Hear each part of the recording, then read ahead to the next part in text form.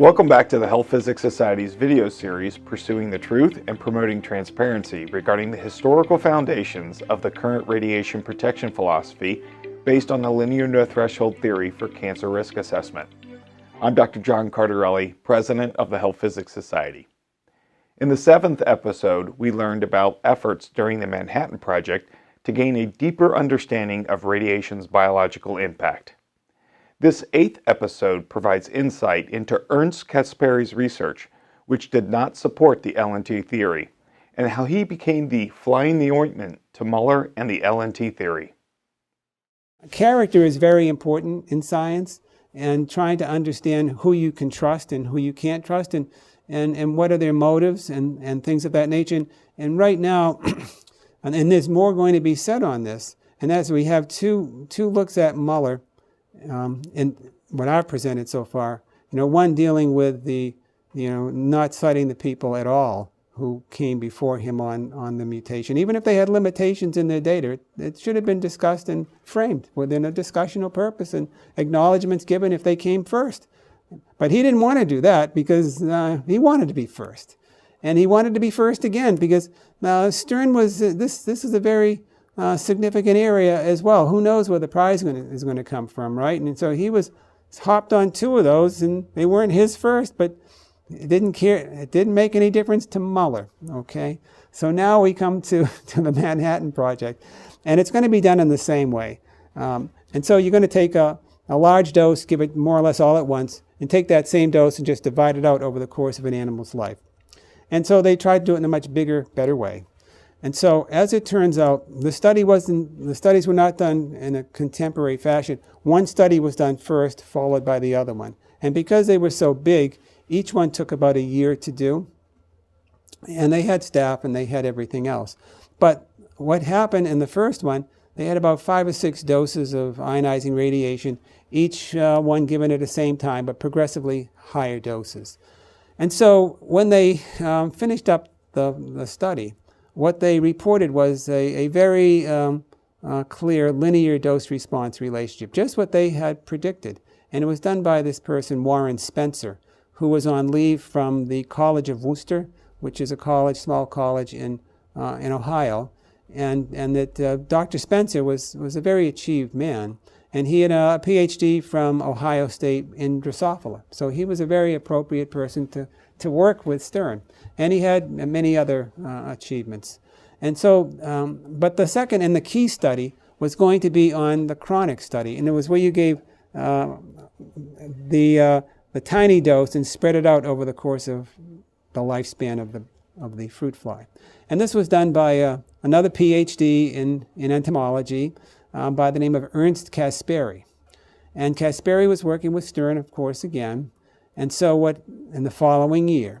And so what happened in his study, and this is where the real problem begins.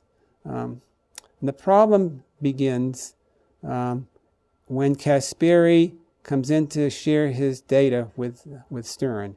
And he says, I know that you're expecting that the data are going to show that this supports the LNT, and that there will be, the dose rate doesn't explain this. But I have to tell you that I saw no treatment effect, that the radiation that we gave every single day for the entire life, that adds up to the total that they all got at one time where it caused damage, I don't see any, there's no treatment effect.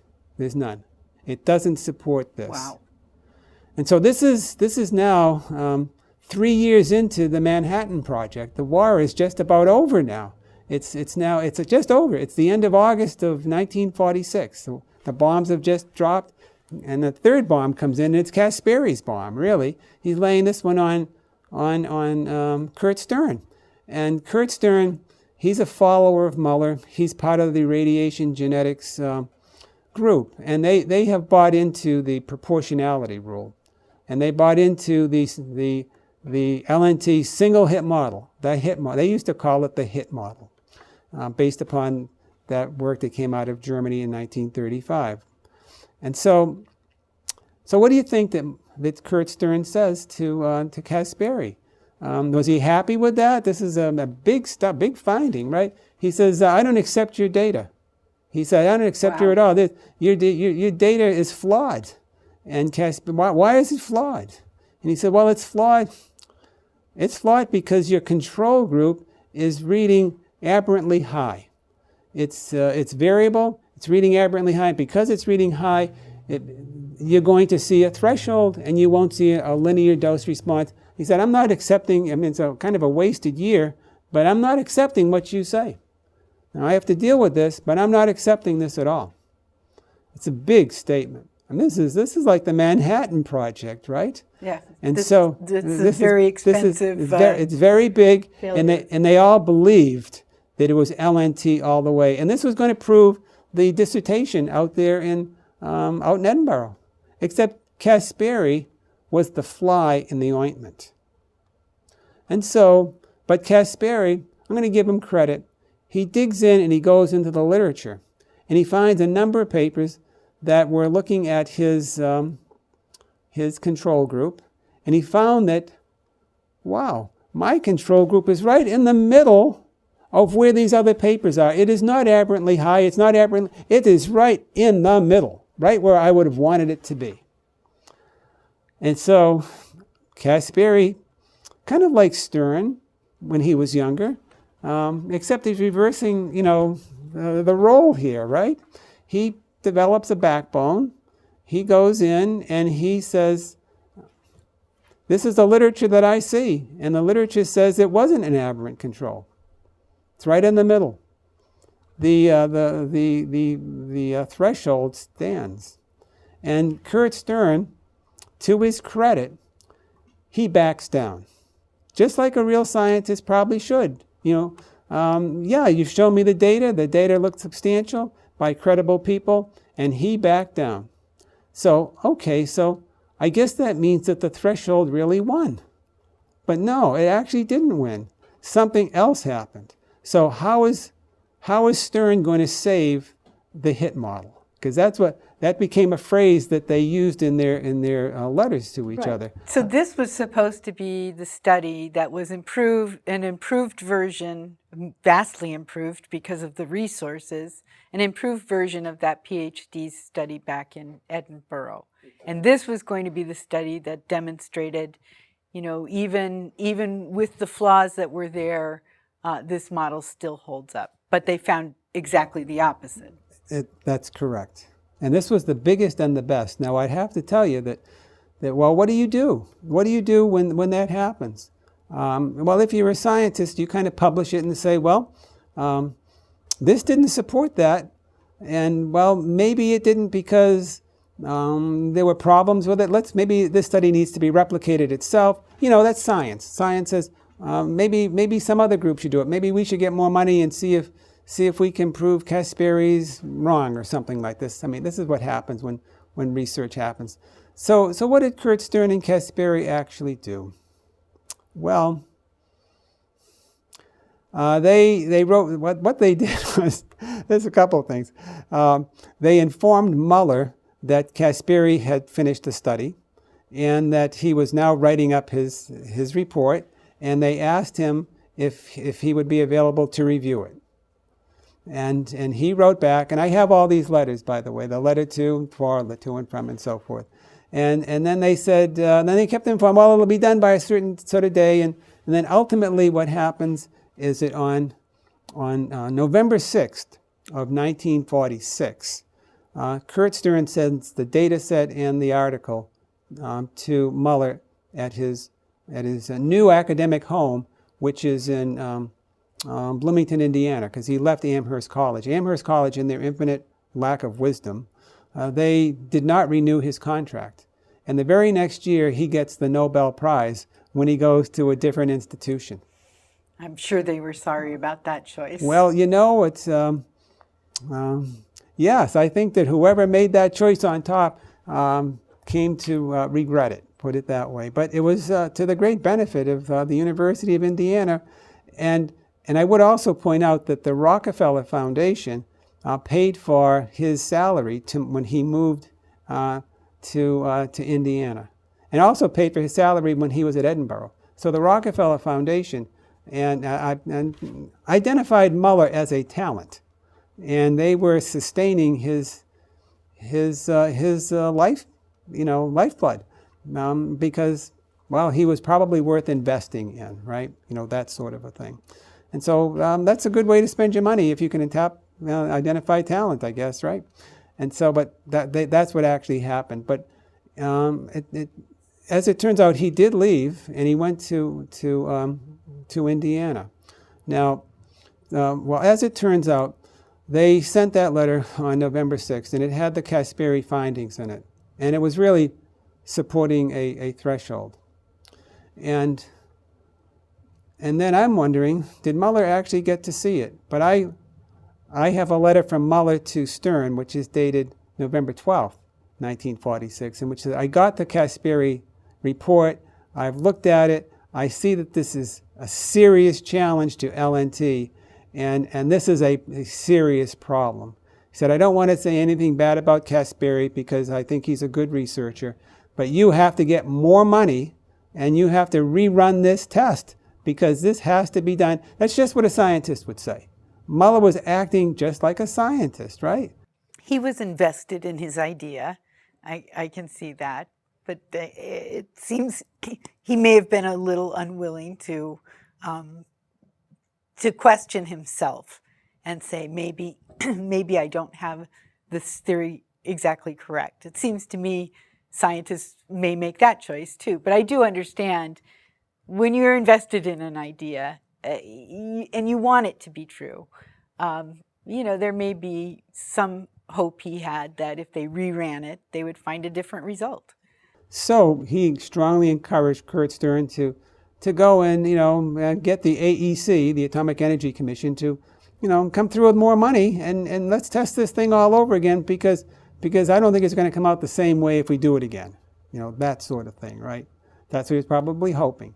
So, but the data that was on the table was supporting a threshold. Okay. So, what makes it interesting to me, and this is really where I come into the scene in my whole, Muller thing, and what got me going and got me into all controversy with Muller and the like, was that when Muller went to his Nobel Prize and gave his talk, I've already mentioned that Muller said, and this is now 1 month after he wrote back to Curt Stern, so now it's December 12th, 1946, and he had written to Stern on November 12th, 1946. So I knew that I had the smoking gun. He had seen this, and he had commented on it, and it's in his handwriting, so to speak. But when he goes to the Nobel Prize, he tells the audience that there is no chance, there's no scientific basis to support the threshold model. We have to switch to a linear model, and he cites what I call the corrupted graduate student work at Edinburgh to support him when he has seen the biggest and the best study to date. Does he ever mention the Stern and Caspari study in the Nobel Prize speech? A total absence. But yet he has seen it. And so I said to myself, I knew that Muller had used his Nobel Prize to you might say trash or shoot down the threshold model, and I knew he used it to support that we're going LNT all the way. But I really didn't know. I said that Muller had seen the Caspari study right at that when I knew this, and I said, well, I knew he was a consultant, and I said they don't sometimes consultants don't see everything. It's selective what a consultant thinks. And I had spent, so I went and bought all the correspondence between Muller and Stern and Caspari and Spencer and everyone else who they touched. And I got them all, and it was one night, I remember coming back to my office, and it was all sent to me electronically. And I remember calling my wife saying, I'm not coming home. I've got to see these things. It's like 600 pages that they sent in. I just have to see it. And so 2 or 3 hours later, I finally make it, and I see the smoking gun. And I knew that at that point that Muller had seen the Caspari data and had commented on it and the challenge that it gave to LNT. And yet still Muller wouldn't acknowledge this and goes to the Nobel Prize audience and claims there's no possibility, when in fact he strongly encouraged Stern to do 2 years more of work and get more government money to test this. And so I came to the conclusion that Muller was dishonest with his audience, dishonest with the scientific community, was deceitful, and so I wrote 2 papers headlined saying, was Muller, did Muller lie at his Nobel Prize speech? And I concluded, yes. You can define lie any which way, but he was dishonest, deceitful. I think he lied. All those fit under the same rubric for me. And at that point in time, that was a big deal. And so, but the dishonesty just really wasn't Muller's, because then you go back in and you look at what did Stern and what did Caspari send to Muller? Well, yeah, they showed him all the data, and the data really supported a threshold.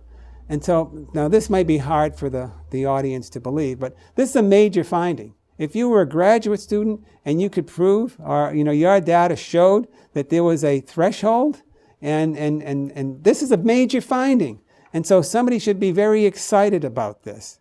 I mean, if I was, it's like somebody discrediting your advisor. Your advisor should be happy you disproved their dissertation wrong with your data and a new, improved, better study, right? That wasn't how they dealt with it at all. This was another shock to me. I went and I reread, the report of Caspari and Stern. And if you read it, you'll find something, it's almost like science fiction. The discussion, which is 6 or 7 pages in length, the entire discussion was all centered around, here's our data, we present it to you, and we don't want you to accept it. Do not accept our data, even though we did it all. Our data differs from that Spencer one that showed a linear dose response. We don't know why it differed, but we don't want anybody to take this data seriously and use it until we can figure out why we didn't support LNT. Now, they didn't say the same thing in the Spencer study that supported LNT. You can use that any which way that you would like to. But the data from Caspari that challenged LNT, oh no, you can't use this. We don't know why it had happened. I mean, maybe it was because of all these other considerations and so forth. And I looked at that and I said, I've never seen anyone submit a paper, I never read a paper in a journal that said, here's our data, don't use it. And especially when it was a really groundbreaking study. And I said, no, I'm a journal editor. I've been a journal editor for many, many years. And so I've tried to think, if somebody submitted a paper to my journal and they said, here's our data, and we don't think that the readership should use it. And I'm going to say, well, why would I want that published in my journal if, in fact, the authors are not going to stand behind it? I mean, so that's a deeper and deeper story. And so actually, it was even a straw man, because the 2 studies were methodologically very different and had, as I went into it, they had about 25 methodological differences between them. In one case... remind me again, we're talking about the Spencer study versus the Stern and Caspari study. That's correct. Okay. In one case, they exposed males. The other one, they exposed females that had sperm that were inseminated. One was reared on diet X and the other was diet Y. Totally different diets. One was a diet that would suppress ovulation. The other one really didn't affect ovulation. They were done at different temperatures. They had 25 different variables. There was no possible way that you could narrow it down and test one versus the other. It was really a straw man argument. And I said, well, where did they publish this? What journal would they ever send it to that they could publish these things in? Well, they sent it to, guess what? They sent it to the journal that Curt Stern was the editor-in-chief of. And so that ensured that it would get published. And so they sent it on like November 25th, 1947, 2 very long papers. And they were published in January of 1948. And I knew by snail mail and peer review process that these papers, they were never peer reviewed at all. And I could see, and I knew that because I could see these papers had been submitted to the Atomic Energy Commission prior to being published, and I could see what was actually published well before they would have been submitted to peer review, and there were no changes in them. They were published as is. So Curt Stern controlled the throttle. Now, so his paper, I just want to make sure I understand this. It gave the actual data that they had found, but then they said, but we don't believe our results. Is this what this paper's saying? Exactly. Okay, that seems unusual. It's very unusual, but they gave Caspari his publication. I have to say the only changes that I saw in the Caspari manuscript from when it was sent to Muller and when it was ultimately published is that they removed a statement in the controls where in the Caspari paper in the conclusion in which they stated, they removed the statement, we believe that we have found a tolerance or a threshold for radiation. And so they removed that sentence. One sentence was removed in a very long 60-page manuscript. And then they added Muller's name to the acknowledgments. Those were the only changes. And I looked at every single page. I can assure you of that. And so I looked at that and I'm saying, this is a very weird situation here that's going on. And so, but I would say that Stern continued to listen to Muller because he got money. And he decided that he would test the Caspari study all over again. And that's the next chapter that we need to look at because it gets even more devious and deceptive. Thank you for watching the 8th episode on the historical foundations of the linear no-threshold theory, where we learned Ernst Caspari's study, a replication of Muller's graduate students' flawed dissertation research, actually supported a threshold effect. Despite Muller's knowledge of all aspects of the Caspari study, including its strong attention to detail and high research quality, he famously states that there is no escape from the conclusion that there is no threshold dose in his Nobel Prize lecture, while privately recommending the Caspari study be replicated due to its significance. The next episode provides a review of the Manhattan Project studies, including Curt Stern's analysis of radiation genetics research. The HPS is a trusted source of radiation information. We're a scientific organization, and as is offered with the scientific peer review process, viewers are encouraged to send comments or suggested corrections to factcheck@hps.org and be sure to include your sources so that we may correct the record if necessary. If any changes are made, they will appear at the end of this episode. Please visit our Ask the Experts website to ask questions or seek answers to common radiation-related questions, and view our fact sheets. We also have official position statements that can be found at hps.org. Finally, if you wish to join the home for radiation professionals, please visit the link below. We welcome you.